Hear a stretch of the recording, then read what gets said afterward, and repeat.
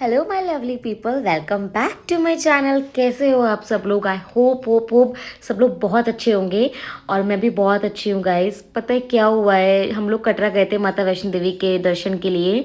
तो हम लोगों का वहाँ से अचानक प्लान बन गया कि वाई नॉट कश्मीर हो आए, क्योंकि वो बहुत ज़्यादा पास में भी था। So we booked our trip from a travel agency जो कि कटरा में ही थी। मैं उसका, अगर आप कहोगे तो मैं उनका डिस्क्रिप्शन में दे दूंगी, एड्रेस और नेम वगैरह कंपनी का। तो हम लोगों ने बुक किया था 4 days 3 night का पैकेज, जो कि हमको काफ़ी बजट फ्रेंडली पड़ा था। अगर आप कहोगे तो मैं उसकी काइटनी अलग से बना दूंगी, अलग वीडियो में, नॉट इन दिस वीडियो। तो शुरुआत करते हैं अपने टूर की, जो कि मैंने व्लॉग करना स्टार्ट किया था। सो हम लोगों ने कटरा से डायरेक्टली श्रीनगर तक की कैब बुक करी थी, मीन्स जो ट्रैवल एजेंसी वालों की तरफ से ही थी। तो कटरा से श्रीनगर तक का डिस्टेंस पड़ता है आपका 242 के अराउंड किलोमीटर्स, अराउंड 250 किलोमीटर्स आप समझ सकते हो। तो उसको हमको ट्रैवल करने में अराउंड 8 to 9 आवर्स का समय लग गया था, जिसमें कि बीच में पहाड़ टूटने की वजह से काफ़ी ज़्यादा जाम लगा हुआ था।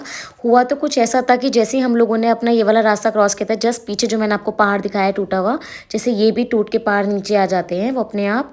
तो हुआ क्या था कि जैसे वो पहाड़ टूट के नीचे आया तो हमारे जाने के बाद वो रास्ता ही टूट गया।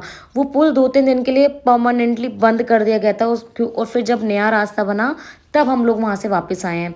तो ऐसे ही हम लोग इस रास्ते को एंजॉय करते करते हम लोग कश्मीर पहुँच गए थे। और मैं आपको बता दूँ, काफ़ी ज़्यादा टनल्स पड़ती हैं पूरे रास्ते में। ये बनिहाल काजीकुंड की तरफ की टनल है, जो कि लॉन्गेस्ट टनल थी, अराउंड 19-20 मिनट्स की टनल थी। और यार जो व्यू था उस टनल के निकलने के बाद, मैं आपको ना एक्सप्रेस नहीं कर सकती। ऐसा लगता है सच में किसी ने सच्ची कहा है, कश्मीर वाकई में जन्नत है। तो उस दिन रेस्ट करके नेक्स्ट मॉर्निंग हम लोग निकल चले डल लेक के लिए, जबकि डल लेक हमको लास्ट में कवर करना चाहिए था, बट बारिश इतनी ज़्यादा थी तो हम लोगों ने सोचा चलो आज डल लेक कवर कर लेते हैं। वैसे ही हम लोगों को दोपहर हो गई थी। सो हम लोग निकल चले थे डल लेक कवर करने, और ये में था मेरा होल आउटफिट। सब लोग मुझे बहुत अजीब तरीके से देख रहे थे, बट मुझे तो फोटो से मतलब था यार। बार बार थोड़ा ना जाते हो आप घूमने, एक ही बार जाते हो और दोबारा जाओगे भी तो फिर आप नए कुछ अलग तरीके से फ़ोटो सेशन करवाओगे। तो यहाँ पे मीशू तो काफ़ी ज़्यादा इन्जॉय कर रही थी, और पानी कसम से बर्फ़ से भी ज़्यादा ठंडा था, बहुत ठंडा पानी था। तो हम लोगों ने शिकारा कर ली थी। शिकारा काफ़ी काफ़ी ज़्यादा कॉस्टली पड़ती है। अगर आप सोचो 1000-2000 में काम होगा तो नहीं होगा। हम लोगों को शिकारा अराउंड पड़ी 5000, पूरा ऑल ओवर मिला के, क्योंकि हम लोगों ने उनको टिप वगैरह भी दी थी। तो 5000 के आसपास हम लोगों को शिकारा की राइड पड़ी। बट मेरे अकॉर्डिंग काफ़ी कॉस्टली मुझे लगा, बट ये यूनियन प्राइस है जो कि गवर्नमेंट ने ही फिक्स करे हैं। चलो कोई बात नहीं। अब यहाँ पे मेरी बेटी का फ़ोटोशूट होने लगा था और मुझे उसको देख के बहुत प्यार आ रहा था, बहुत प्रिटी लग रही थी। तो बस मुझे ये लग रहा था उसको नज़र ना लग जाए, कहते हैं ना मम्मियों की नज़र भी लग जाती है, तो बस यही था। और जब आप बोट वगैरह में होते हो तो काफ़ी सारे लोग आते रहते हैं, कोई आपको कहवा पिलाने आएगा, कोई ज्वेलरी देने आएगा, कोई फ़ोटो खिंचवा लीजिए आप कश्मीरी ड्रेस में, ये सब तो वहाँ पे लगा रहता है। आपकी बोट के पास वो लोग अपने आप आते हैं। और एक और, यहाँ पे तो हमारा फोटो सेशन ख़त्म हो गया था। अब ये जो आप देख रहे हो साइड में गोल्डन बोट्स, इनको गोल्डन बोट्स इसलिए कहा जाता है क्योंकि पानी में इनका रिफ्लेक्शन गोल्डन पड़ता है लाइट जलने के बाद, इसलिए इनको गोल्डन बोट्स कहा जाता है। तो मुझे तो ये लॉजिक कुछ समझ में नहीं आया, पर ठीक है। और यहाँ हम लोगों ने काफ़ी सारे फ़ोटो शूट्स किए। I can't think.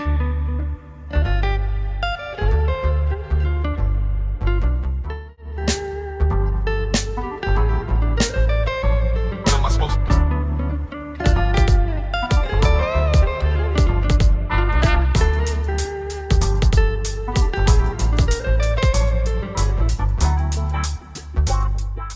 और गोल्डन पॉइंट के बाद आया हमारा नेहरू पार्क, जो कि हमारा सेकंड पॉइंट था।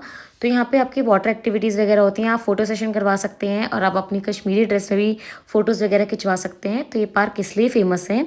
तो हम लोग यहाँ पे थोड़ी देर रुके एंड मैंने थोड़ी सी फ़ोटोज़ वगैरह खिंचवाई।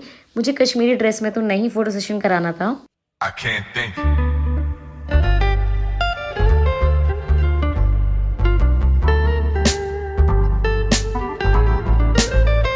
What am I supposed to?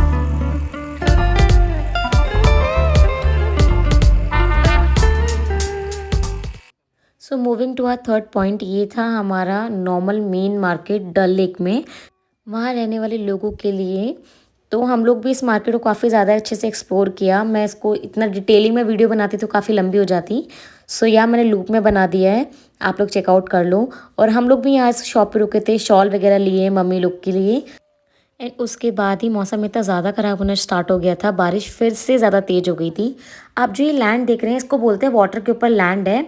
यहाँ पे नीचे पानी ही पानी है, कोई ज़मीन नहीं है, बट यहाँ पे सब्जियाँ उगती हैं और यही सब्जी यहाँ पे बेचे जाते हैं यहाँ के रहने वाले लोगों के लिए। बारिशें आ गई और चली भी गई, कोई दिल में सिवा तेरे आया नहीं। और आगे आगे पता नहीं।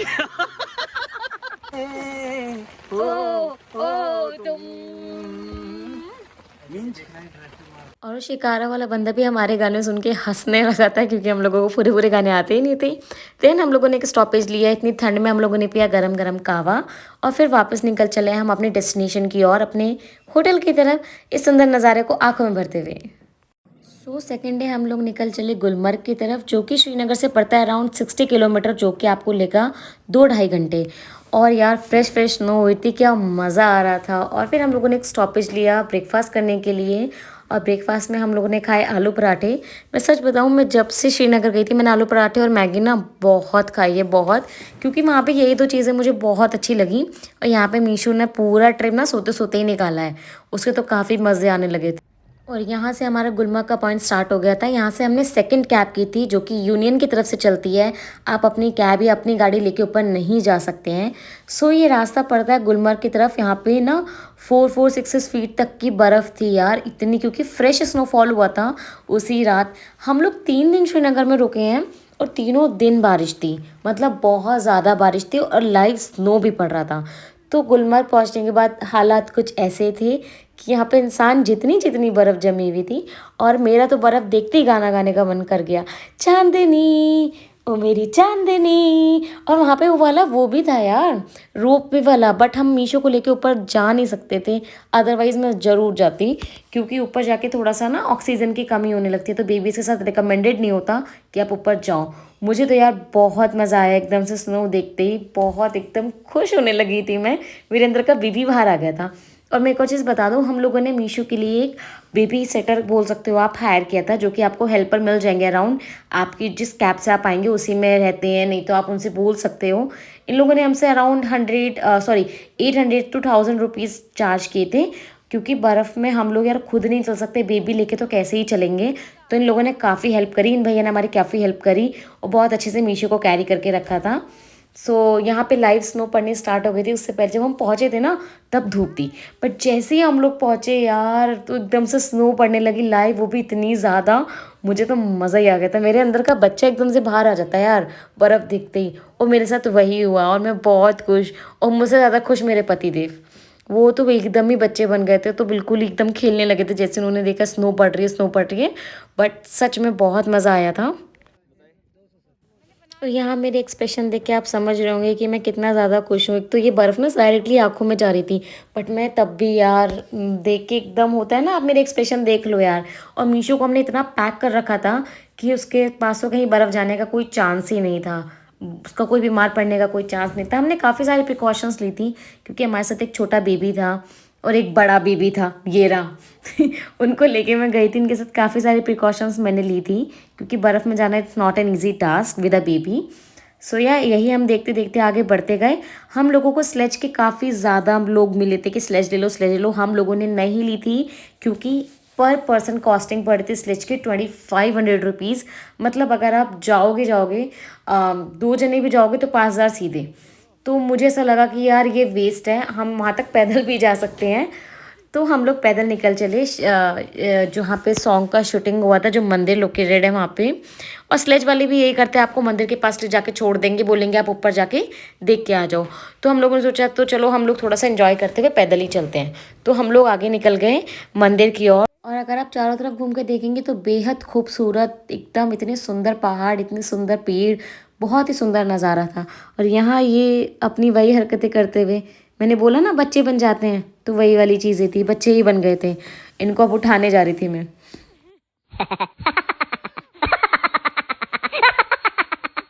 Over here, I need to ask you something quickly, my dear. Why do you always settle for something less? You know that, baby, you deserve the best. Yeah, yeah. Go take a look up in the mirror. वाले मंदिर में पहुंच चुके थे जहाँ पे जय जय शिव शंकर वाले सॉन्ग की शूटिंग हुई थी। पीछे वो मंदिर है, मैं अभी आपको दिखाऊंगी। तो ये जो मंदिर है इसमें यहाँ पे सीढ़ियाँ हैं जाने के लिए, बट वो बर्फ़ की वजह से इतनी ज़्यादा ढक गई थी और लोगों के चलने की वजह से ना उसमें काफ़ी ज़्यादा स्लिपरी हो गई थी। तो जब आप पैर रख रहे थे ना वो आपका पैर टपट रहा था, फिर आप आगे भी उसे कंट्रोल नहीं कर पाते हो। तो बस मैं जैसे तैसे ना पकड़ पकड़ के पहुँच तो गए ऊपर, बट एक पॉइंट ऐसा आया था कि जहाँ से मेरा पैर वापस स्लिप हो रहा था। तो वहाँ एक भैया ने हेल्प करी, तो उसकी उनकी हेल्प से मैं ऊपर पहुँच गई। एंड यहाँ से नज़ारा बहुत ही ज़्यादा खूबसूरत है। जो आप उधर साइड में काले बादल देख रहे हो, बादल नहीं है, वो एटलांचे है। हम लोग ऊपर ही थे, इतना ज़्यादा गंदा बर्फीला तूफान आया था कि हमें ऐसा लगा कि हम कहाँ जाएं, मतलब कुछ नहीं दिख रहा था आगे का।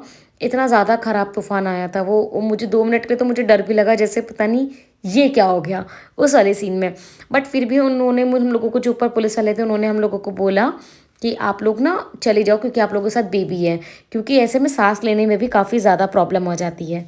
सो इसलिए हम लोग जल्दी से वहाँ से जो भी हम लोगों को फ़ोटोशूट करना था वो हम करके वापस नीचे आ गए थे। और हाँ, जिस मंदिर की मैं बात करी थी वो ये वाला मंदिर है। She's a beauty queen, bad, bad. You ain't nobody's number two. These men, they should be fighting over you. No second guessing what I'm saying. Baby, you can take this to the सो यहाँ से हमारा day 3 start होता है, but पूरी रात इतनी भारी बारिश और स्नोफॉल की वजह से रास्ते काफ़ी ज़्यादा ख़राब थे, मतलब काफ़ी ज़्यादा स्लिपरी थे। एंड आप देख भी पा रहे होंगे जैसे कि सामने शीशे पे भी ऑलमोस्ट स्नो आ रही है। तो पूरी रात स्नो पड़ी थी। तो हम लोगों को पहले ही पता चल गया था कि हम लोग सोनमर्ग तक नहीं पहुंच पाएंगे, क्योंकि जो हम लोगों से एक दिन पहले हम लोगों के होटल में हमारे साथ स्टे किया था, तो वो लोग गए थे एक 7 दिन पहले सोनमर्ग, तो तब भी रास्ते ब्लॉक थे क्योंकि उस दिन भी स्नो पड़ रही थी। तो हम लोगों को था कि हम लोग नहीं जा पाएंगे, बट फिर भी हम लोगों ने ट्राई किया कि हम लोग चलते हैं, देखा जाएगा जो भी होगा रास्ते में, क्योंकि सोनमर्ग का रास्ता मैंने सुना है सबसे ज़्यादा खूबसूरत है। और जो भी आप नज़ारा देखने वाले हो ना, उससे तो आप मेरी बात से प्रॉपर एग्री करोगे 100%। सो ये देखो नज़ारा, इतने खूबसूरत खूबसूरत पेड़ आपने कहीं देखे हैं? वैसे तो इन पे कुछ भी नहीं है, बट जो ये लुक ऐसा लगता है जैसे कोई सीनरी चल रही है आगे, इतना खूबसूरत था यार। तो मेरी तो निगाह में अभी भी ये चीज़ ऐसे की ऐसी बसी हुई है। तो मैं वापस आ जाती हूँ पॉइंट पे, तो काफ़ी ज़्यादा बारिश थी और जिसकी वजह से हमारी कैब बहुत ज़्यादा स्लिपरी हो रही थी। वहाँ पे ना चैन वाली गाड़ियाँ जाती हैं जिनके टायर्स पे चैन वगैरह चढ़ती है। हमारी कैब पे भी चैन चढ़ी हुई थी, बट वो एक टाइम के बाद टूट गई थी क्योंकि इतना ज़्यादा स्लिपरी था, चैन भी वर्क नहीं करती है। और आगे हम लोगों को पता चल गया था, हम लोग रास्ते में रुके थे तो हम लोगों को मालूम पड़ गया था कि रास्ता आगे ब्लॉक्ड है, वो नहीं जाने दे रहे हैं जहाँ पे मेन पॉइंट है वहाँ पर, क्योंकि रात भर हैवी स्नोफॉल हुई है और रास्ते क्लीन करने का कोई भी मशीन वगैरह अभी तक वहाँ नहीं पहुँची थी।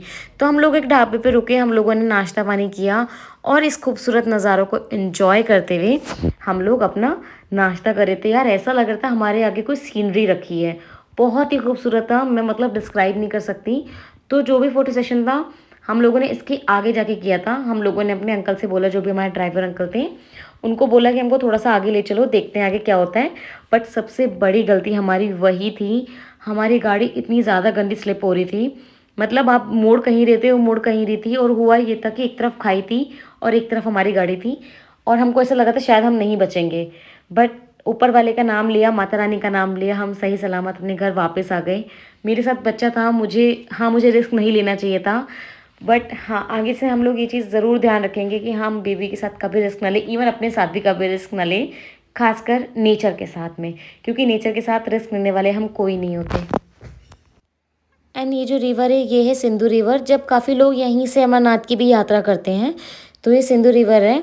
और ये रिवर गर्मियों में काफ़ी ज़्यादा हाई लेवल पे पहुंच जाती है, तो यहाँ पे राफ्टिंग वगैरह भी होती है। बट फिलहाल अभी जैसे ठंड का मौसम है तो इसका काफ़ी ज़्यादा पानी कम हो गया। बोल भी रहते लोग जैसे डैम वगैरह भी वहाँ पे बन गए हैं पीछे, तो इसलिए भी पानी का थोड़ा लेवल कम हो गया है। तो ये सब नज़ारे एंजॉय करने के बाद हम चल पड़े वापस से अपने होटल की तरफ। उन्हीं नज़ारों के साथ आप देख सकते हो कितने खूबसूरत सीन है। तो मैं बस होप करूँगी आप लोग भी जल्दी से जाएं और लाइव अपनी आंखों से देखें, और जिन्होंने देख लिए हैं उनको तो मालूम ही है कि ये वाकई में जन्नत है। सो बस मेरी आज की वीडियो में इतना ही था। मैं जल्दी मिलूँगी अपनी नई वीडियो के साथ, बट हाँ कश्मीर का व्लॉग यहीं ख़त्म होता है। मिलती है अपनी नई वीडियो के साथ जल्दी। Bye bye, see you.